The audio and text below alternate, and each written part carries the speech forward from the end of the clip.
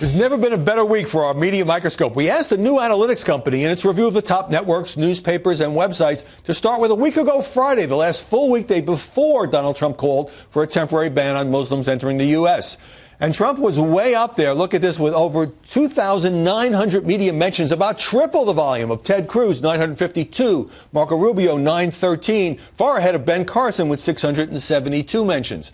Trump doing the best on media sentiment, meanwhile. We see here negative in red, positive in green. Trump at 60% negative compared to 67% negative for Cruz, 72% negative for Rubio, and 84% negative for Carson. Now, look at this. It's like an explosion.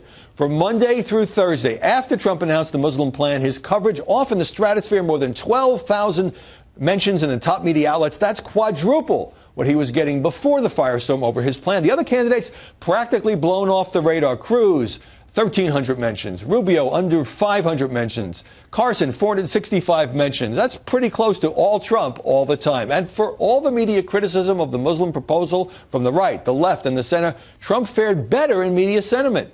His coverage, 65% negative, a bit of a bump up from the week before, but better than Senator Cruz, over 70%.